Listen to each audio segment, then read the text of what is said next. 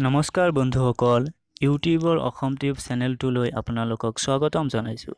বন্ধুসকল, এতিয়াও যদি আপোনালোকে অসম টিউব চেনেলটো ছাবস্ক্ৰাইব কৰা নাই, তেতিয়াহ'লে সোনকালে এই ভিডিঅ'খনৰ তলত থকা ছাবস্ক্ৰাইব লিখাটো ক্লিক কৰি ছাবস্ক্ৰাইব কৰক। আহক আমি আজিৰ ভিডিঅ'খন আৰম্ভ কৰোঁ।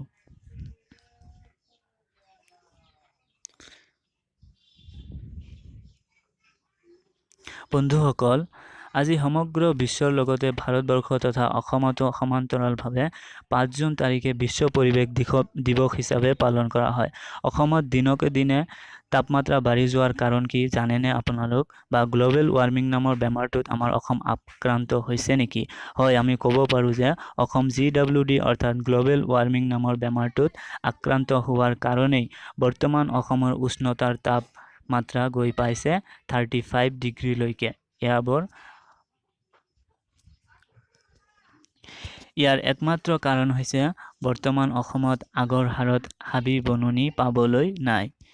হাবিৰ গছ-গছনিবোৰ কাটি তহিলং কৰাৰ বাবেই আজি আমি এই অস্বস্তিকৰ গৰমৰ যাতনা ভোগ কৰিবলগীয়া হৈছে।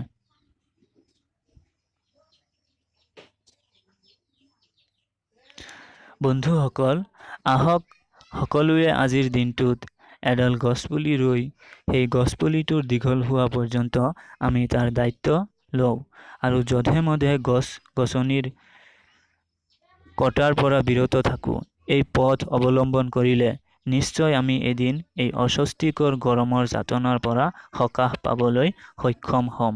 ধন্যবাদ। বন্ধুসকল, আপোনালোকক যদি এই ভিডিঅ'খন ভাল লাগিছে তেতিয়াহ'লে লাইক আৰু কমেণ্ট কৰক আৰু এই চেনেলটো ছাবস্ক্ৰাইব কৰিবলৈ নাপাহৰিব। ধন্যবাদ। জয় আই অসম।